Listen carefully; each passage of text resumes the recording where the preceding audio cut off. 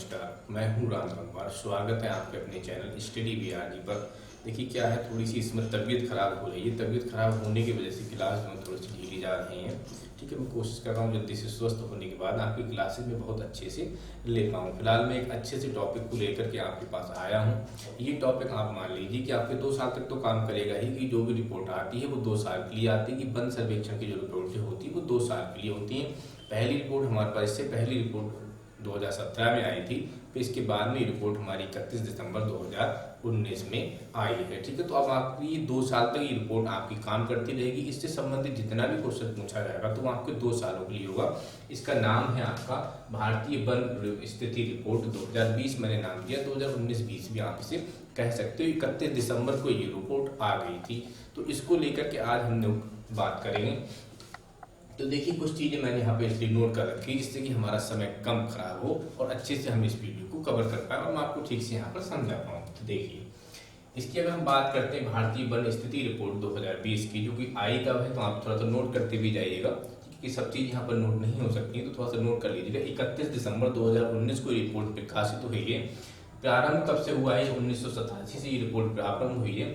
इस बार ये पूछा जाएगा इस बार ये रिपोर्ट कौन सी है, तो इस बार की जो रिपोर्ट कौन से नंबर की, तो 16वें नंबर की ये रिपोर्ट है। तो ये क्वेश्चन आपके लिए बहुत इंपॉर्टेंट बनता है कि कौन से नंबर की ये रिपोर्ट है। देखिए बैकग्राउंड में तो नहीं पूछा जाता है, यहाँ का जो क्वेश्चन पूछा जाता है हमसे वो करंट का ही पूछा जाता है। तो करंट में जो क्वेश्चन बन रहा है वो ये है कि 16वीं ये रिपोर्ट है और कितने वर्ष के अंतराल से ये रिपोर्टें प्रकाशित होती हैं, तो 2 वर्ष के अंतराल से ये रिपोर्टें प्रकाशित होती हैं। ठीक है, भारतीय वन सर्वेक्षण द्वारा ये रिपोर्ट आई है। भारतीय वन सर्वेक्षण द्वारा FSI द्वारा ये रिपोर्ट आई हुई है। ठीक है, अब देखिए यहाँ पर एक नया अध्याय जोड़ा गया, बहुत इंपॉर्टेंट है। इससे पहले ये अध्याय यहाँ पर नहीं था, इस बार ये अध्याय जोड़ा गया है। इसी में भारतीय वन स्थिति रिपोर्ट में वो क्या है कि वनों के प्रकार और जैव विविधता शामिल, वनों के प्रकार और जैव विविधता यहाँ पर शामिल किया गया है। ठीक है, अब देखिए एक और यहाँ पर जो वर्गीकरण है, वर्गीकरण कैसे होता है उसको समझिए। चैंपियंस एंड सेट वर्गीकरण नाम दिया गया है, चैंपियंस एंड सेट वर्गीकरण। देखिए थोड़ा सा यहाँ पर लिखा हुआ है, उसको नोट कर लीजिएगा, जब मैं बोलूंगा उसको भी नोट कर लीजिएगा। तो यहाँ पर उन्होंने क्या दिया है कि 1967 में चैंपियन और एस के सेठ ने, किसने, इन दोनों को नामों को याद रखना, चैंपियन और एस के सेठ ने भारतीय वनस्पति को, किसको, भारतीय वनस्पति को 16 भागों और 221 उपभागों में विभाजित किया है। कितने भागों में? 16 भागों में और 221 उपभागों में। कहीं कहीं वर्ग दिया जाता है, उससे कोई फर्क नहीं पड़ता है। तो किसने इसका वर्गीकरण किया है? ये सर्वमान्य वर्गीकरण रहा था, सबसे ज्यादा लोकप्रिय वर्गीकरण ये रहा है। ठीक है, स्वतंत्रता के बाद में, स्वतंत्रता के बाद में ये सर्वमान और ये लोकप्रिय वर्गीकरण आपका रहा है। तो कितने भागों में इन्होंने 1968 में चैंपियंस और एस के सेठ ने कितने भागों में, ध्यान रखेंगे, 16 भागों में और 221 उपवर्गों में, उपभागों में इसको विभाजित किया है। अब देखिए यहाँ पर वृद्धि की बात करते हैं। वृद्धि का तात्पर्य यहाँ पर है कि 2017 में क्या स्थिति थी, कितना भौगोलिक क्षेत्र पर ये हमारा वन जो थे वो घेरे हुए थे, और 2019 में या 2020 में आकर के कितना भौगोलिक क्षेत्र पर घेरे हुए हैं। क्योंकि इससे पहले जो रिपोर्ट आई थी वो कब आई थी? 2017 में आई थी। कब आई थी? 2017 में। और इस बार की जो रिपोर्ट आई है वो 31 दिसंबर 2019 को, इसको नोट कर लीजिएगा कि रिपोर्ट कब प्रकाशित हुई है। इस बार की 16वीं रिपोर्ट कब प्रकाशित हुई? तो 31 दिसंबर 2019। ये डेट इतनी महत्वपूर्ण नहीं है जितनी कि ये महत्वपूर्ण है कि किस नंबर की ये रिपोर्ट है। ठीक है, तो बच्चों यहाँ पर इन्होंने पूछा है कि 2017 से लेकर के 2019 तक वनों में कितनी वृद्धि हुई है, तो हम क्या बोलेंगे? 5188 किलोमीटर। इंपॉर्टेंट क्वेश्चन आपके लिए, कितनी वृद्धि हुई है? 5188 किलोमीटर। कितने परसेंट की वृद्धि हुई है? तो 0.65% की यहाँ पर वृद्धि हुई है। ठीक है, कुल क्षेत्रफल की यदि हम बात करें कि कुल क्षेत्रफल कितना है, तो कुल क्षेत्रफल यहाँ पर है 80, 72, 76। कितना अच्छा डाटा है ये, याद करना चाहोगे, 80, 72 और 76, 80, 72 और 76। ठीक है, तो एक बहुत अच्छा डाटा है, आप अच्छे से याद कर सकते हैं। परसेंटेज की बात करें तो यहाँ नोट कर लेना, छूट गया है, 24.56%। कितने क्षेत्रफल घेरे हुए हैं ये? तो 24.56% क्षेत्रफल पर घेरे हुए। ये हम बात कर रहे हैं टोटल की, टोटल में देखिए क्या क्या आता है, बनावरण होता है, वृक्षावरण होता है और झाड़ियों को भी। तो झाड़ियों को सम्मिलित लघु में नहीं किया जाता है। तो दो चीजें यहाँ पर इंपॉर्टेंट बनती है, एक बनावरण कि वन कितने पर है और दूसरा वृक्षावरण कि वृक्ष कितने पार्ट पर लगे हुए, कुल भौगोलिक क्षेत्रफल के कितने भाग पर, कितने परसेंट भाग पर, कितने क्षेत्रफल पर वन है और कितने क्षेत्रफल पर हमारी वृक्ष हैं। तो यहाँ पर उन्होंने बात की एक बनावरण की, अगर वो बात करेंगे तो बनावरण जो है वो 71 22 49 किलोमीटर स्क्वायर या वर्ग किलोमीटर, ठीक है। और यदि परसेंटेज की बात करेंगे तो 21.76। ये परसेंटेज वैल्यू आपके लिए बहुत इंपॉर्टेंट है, तीनों वैल्यूज को आप अच्छे से याद रख लेना। देखिए तीनों वैल्यू याद नहीं कर पाते तो दो वैल्यू को याद करो और दोनों को जोड़कर देखना, तो आपको ये वैल्यू प्राप्त हो जाएगी, ठीक है। ये वैल्यू भी आपको यहाँ पर प्राप्त हो जाएगी। इसको ऐसे लिखो, 6 से 7 कर दो इसको, ठीक है। 21.67%। तो देखिए यहाँ से 9 7 16, 8 6 14 1 15 और आपका 2 1 3 1 4 और आपका हो गया 24.56। तो यदि कुल की बात करते हैं तो कुल कितना हमारे पास है 24.56%। इसमें से यदि हम वन की बात करेंगे कि वन हमारे ज्यादा क्षेत्र पर घिरे हुए हैं, तो वन की बात करेंगे तो 21.67%। यदि इन्हीं पर हम वृक्षों की बात करेंगे, वृक्षावरण की बात करेंगे तो 2.89% हमारा यहाँ पर वृक्षावरण में। तो थोड़ा सा और है, उसके बारे में भी और बात कर लेते हैं, ठीक है।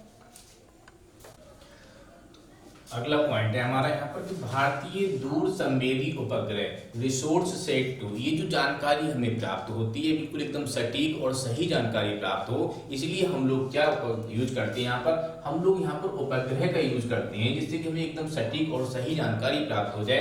तो उस उपग्रह का कभी नाम पूछा जाए तो उसका क्या नाम होता है, रिसोर्ट सेट 2, ठीक है। क्या नाम होता है उसका, रिसोर्ट सेट 2, ठीक है।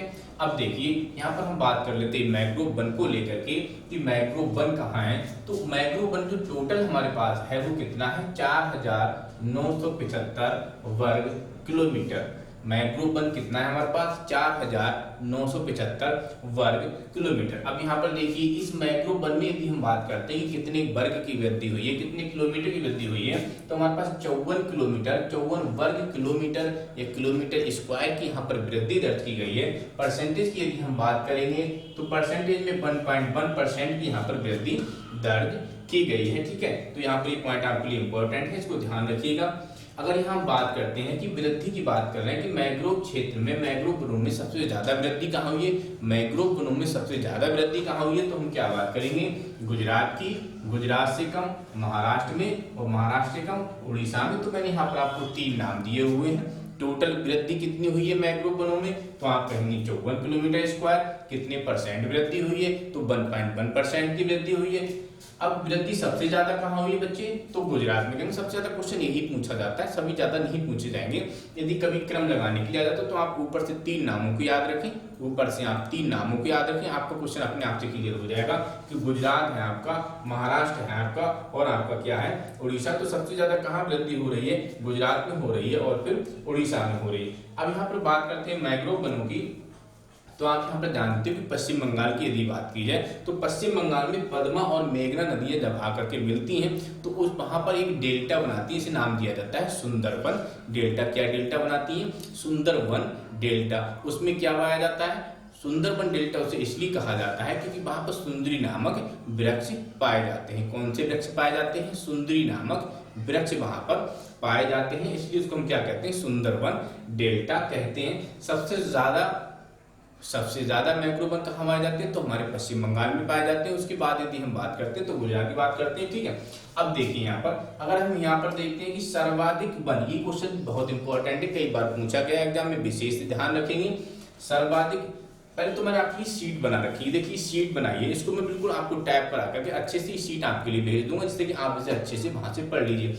एक बार इसे अच्छे से समझ लो। इसे समझने के बाद में हमारे टेलीग्राम चैनल पर आप जाइए, टेलीग्राम चैनल से इस सीट को ले लीजिएगा वहां से और उसे अच्छे से आप पढ़ लीजिएगा, ठीक है। तो देखिए ये सब मैंने लिख करके बनाया है, उसको मैंने अच्छे से टैप कराया है और टैप कराने के बाद मैं आपको यहाँ पर भेज दूंगा, ठीक है। तो देखिए सर्वाधिक वन क्षेत्रफल वाले, उन्होंने कहा कि सर्वाधिक वन क्षेत्रफल, सबसे ज्यादा क्षेत्रफल कहाँ पर है, सबसे ज्यादा क्षेत्रफल कहाँ पर है वनों का, तो सबसे ज्यादा बात करते हैं हम लोग एमपी की, मध्य प्रदेश में है। उसके बाद कहाँ है, तो अरुणाचल प्रदेश में है। उसके बाद यदि बात करते हैं हम लोग तो कहाँ है, छत्तीसगढ़ में है। मेरी बात को समझिएगा कि यदि हम बात करते हैं सर्वाधिक वन क्षेत्रफल वाले राज्य, तो क्या कहेंगे बच्चों? मध्य प्रदेश, उससे कम अरुणाचल प्रदेश, उससे कम छत्तीसगढ़, मतलब सबसे ज्यादा कहाँ होगा?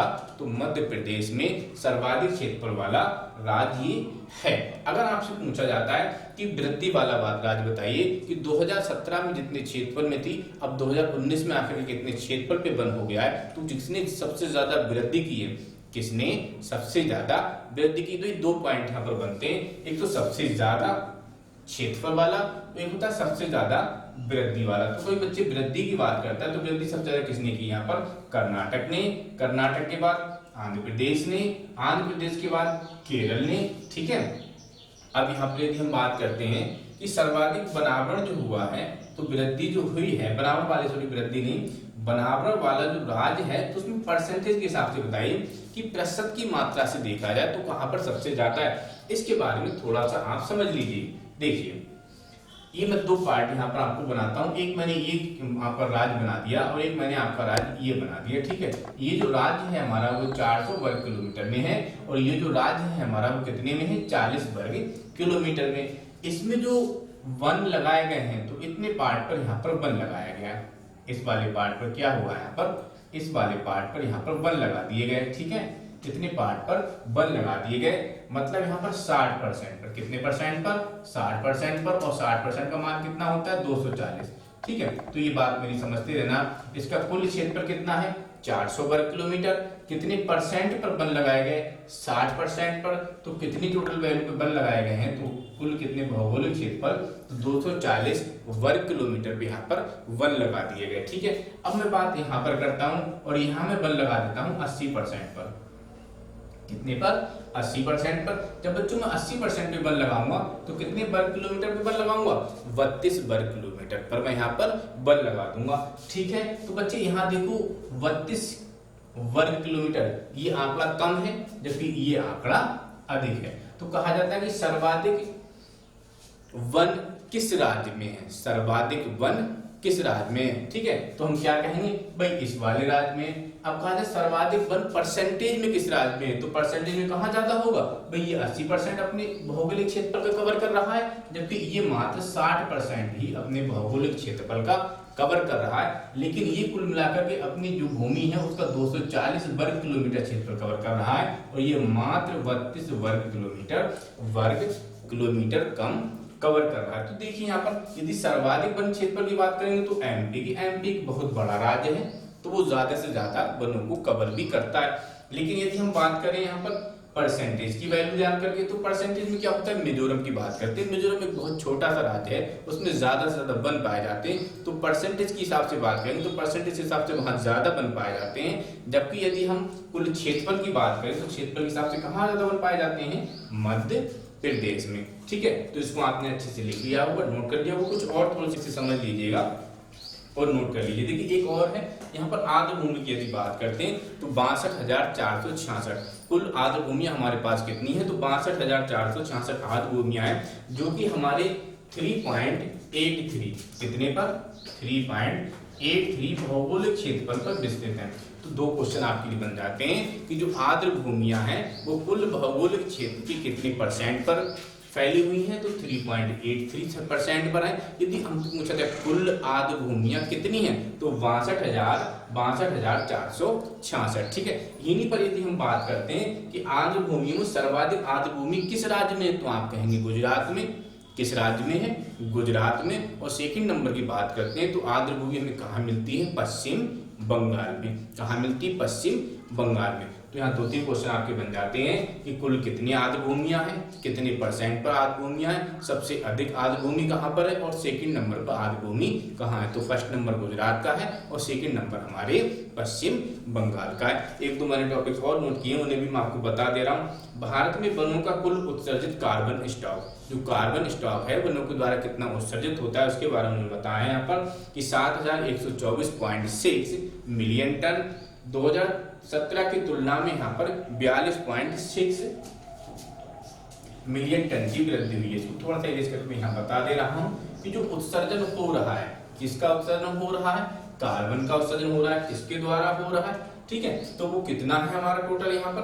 तो वो 7,124.6 मिलियन टन, ठीक है।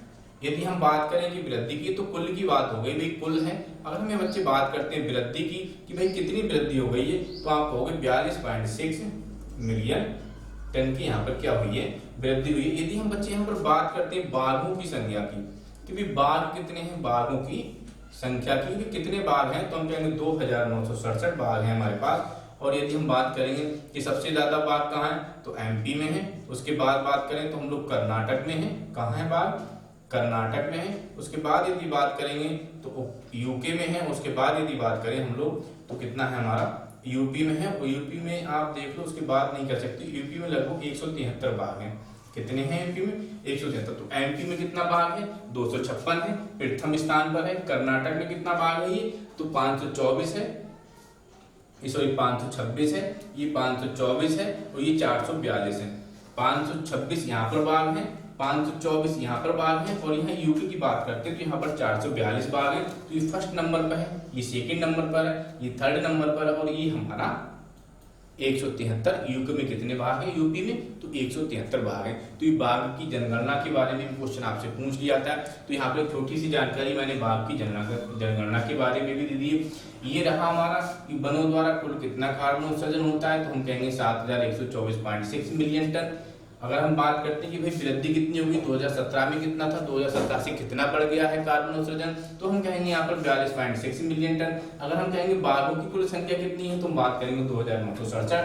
एमपी की बात करते हैं तो यहाँ पर 526 है। कर्नाटक की बात करेंगे तो कर्नाटक में 524 है। और यदि हम बात करेंगे यूके की, तो यूके में कितना होगा, यूके में होगा 442। ये फर्स्ट स्थान पर है बाघों में, ये सेकेंड स्थान पर है और ये हमारा थर्ड स्थान पर है। जबकि यूपी में कितने बाघ हैं, 173 बाघ हैं। तो दोस्तों ये रही आज की आपकी क्लास, जिसका नाम था भारतीय वन स्थिति रिपोर्ट। आपके लिए 2 वर्ष तक ये काम करेगी। इसमें से हर एग्जाम में कोई ना कोई क्वेश्चन पूछा जाता है, इसको बताने की जरूरत नहीं, सभी बच्चे बहुत अच्छे से जानते हैं कि क्वेश्चन आता ही आता है। उस करंट से ही क्वेश्चन पूछा जाता है। किस प्रकार से क्वेश्चन पूछे जाते हैं, वो सारे क्वेश्चंस मैंने आपको यहाँ अच्छे से डिस्कस किए। मैंने एक शीट भी बना रखी है, वो शीट मैं आपको टेलीग्राम चैनल पे भेज दूंगा। उस टेलीग्राम चैनल से आप उस शीट को ले लीजिएगा और अच्छे से इसको पढ़िएगा। अच्छे से इसको पढ़ेंगे तो 100% आपका क्वेश्चन सॉल्व होगा। किसी समस्या के लिए आप हमारे कॉन्टैक्ट नंबर पर कॉल कर सकते हैं। यदि कोई दुविधा है आपके लिए, कुछ आपको जानना चाहते हैं, कहीं पर कुछ प्रॉब्लम हो रही है, तो आप हमारे नंबर 7088923964 पर काम कर सकते हैं। या फिर हमारे टेलीग्राम चैनल मिशन एकेडमी में नोट कर दे रहा हूं, मिशन एकेडमी NBJ @ एक मैं और महत्वपूर्ण सूचना आपको यहाँ पर देना चाहूंगा कि हमारे टेलीग्राम चैनल है, इस पर हम लोगों ने क्या किया है, एक क्विज प्रतियोगिता स्टार्ट की है। वो किस प्रतियोगिता का जो प्रतियोगिता है उसका टाइम टेबल आपको मिल जाएगा, बहुत जल्दी दे दिया जाएगा। उसमें देखिए क्या मैं थोड़ा सा आपको समझा दे रहा हूँ। उसमें आपको किसी टॉपिक को लेकर के, जीएस का कोई टॉपिक हो सकता है, जैसे संविधान है, हिस्ट्री है, भूगोल है, मैथ है, रीजनिंग है, कोई भी टॉपिक आपका हो सकता है। ये सूचना आपको पहले ही दे दी जाती है कि भाई आपका ये टॉपिक होने वाला है। हो सकता है एक दिन में आपके 3 भी क्विज स्टार्ट हो जाए। इससे पहले भी हम लोग एक क्विज कर रहे थे जो कि करंट को लेकर के थी, जिसमें 4-5 क्वेश्चन आपको दिए जाते थे, ठीक है, वो आपके लिए बहुत इंपॉर्टेंट होते थे। आप यदि उन क्विज को करते तो मानकर चलो आपको क्वेश्चन एग्जाम में मिलता ही मिलता है। तो उसी क्रम को आगे बढ़ते हुए हम लोगों ने जीएस से संबंधित एक क्विज स्टार्ट किया है। उसमें क्या होगा, आपको 30 क्वेश्चन यदि दिए गए हैं, 30 क्वेश्चन दिए गए, पर क्वेश्चन का जो समय होता है वो 30 सेकंड का होता है। एक क्वेश्चन का समय कितना होता है, 30 सेकंड का होता है। कितने क्वेश्चन हो सकते हैं, 30, 25, 25, 30 क्वेश्चन आपको हो सकते हैं। आपको टिक करना होता है, जैसे आप टिक करते हो आपका सही होता है तो तुरंत आपका ग्रीन टिक क्लियर हो जाता है कि आपको आंसर ठीक मिल चुका है, ठीक है। तो ये प्रतियोगिता हम लोगों ने स्टार्ट की है, ज्यादा से ज्यादा उसमें जुड़िए। टाइम टेबल आप टेलीग्राम चैनल पर जाकर के देखिए, वहां पर आपको एक टाइम टेबल दिया जाएगा कि भाई कॉन्स्टिट्यूशन की किस समय होनी है, हिस्ट्री की यदि प्रतियोगिता होगी तो किस समय होगी, यदि जीके की प्रतियोगिता होगी तो किस समय होगी, यदि मैथ की प्रतियोगिता होगी तो किस समय होगी, ठीक है। तो कॉपी पेन लेकर के बैठे, अच्छे से उस प्रतियोगिता को करें। उम्मीद करते हैं यदि आप उस प्रतियोगिता को करते हैं तो किसी भी एग्जाम को देने जाएंगे तो जीएस में लगभग में 30 से 40% क्वेश्चन आपको उसी प्रतियोगिता से मिलेगा ही मिलेगा। यदि आपको विश्वास नहीं है यदि आपको इस बात पर विश्वास नहीं है और यदि आप 4-5-6 महीने भी प्रतियोगिता कर लेते हैं तो आप मान के चलिए कि 70 से 80% क्वेश्चन हम लोग उसी प्रतियोगिता से आपको फंसा देंगे। अगर आपको विश्वास नहीं होता है तो जाइए प्रतियोगिता को आप 4 दिन करके देखिए, 4 दिन में ही आपको रिजल्ट आएगा और आप कहेंगे कि हाँ सर ये बात बिल्कुल ठीक है, इस प्रतियोगिता से हमें क्वेश्चन मिलेगा ही मिलेगा। ठीक है, आप कुछ खुद इस बात को कहेंगे कि ये प्रतियोगिता हमारे लिए बहुत उपयोगी है, बहुत अच्छी है, बहुत ज़्यादा हमें इससे लाभ हो रहा है और लगातार आप इस प्रतियोगिता को आगे बढ़ाएं, आपका सहयोग मिलेगा। तो मैं कोशिश करूंगा पर डे एक निश्चित टाइम नोट करके इस समय ही प्रतियोगिता होनी है, पर डे 33 क्वेश्चन के हिसाब से हम लोग एक लंबी प्रतियोगिता को करें, ज़्यादा से ज़्यादा क्वेश्चन तक आपको पहुंचाना। ये मिशन एकेडमी का यूट्यूब चैनल स्टडी वीआरजी या फिर Telegram channel mission academy NBG का यही लक्ष्य है कि ज़्यादा से ज़्यादा अच्छे से अच्छा मैटर आप लोगों तक पहुंचाया जाए, क्योंकि प्राइमरी स्तर में है, कम लोग जुड़े हुए हैं, अकेले पढ़ना पड़ता है, इसलिए थोड़ी सी कभी कभी मुश्किल हो जाती है, कभी कभी दिक्कतें हो जाती है, स्वास्थ्य खराब हो जाता है या अन्य कारणों से मैं आपके सामने बहुत अच्छे से उपस्थित नहीं हो पाता हूँ। लेकिन मेरा हमेशा ये बना रहेगा कि मैं आपके लिए दिन रात मेहनत करूं और अच्छे से अच्छा मैटर भी प्रोवाइड करूं। इन्हीं सभी बातों के साथ में आज मैं अपनी बात को विराम देता हूं। धन्यवाद आपका वीडियो देखने के लिए। मिलते हैं भाई साहब अगली वीडियो में, तब तक के लिए जय हिंद जय भारत।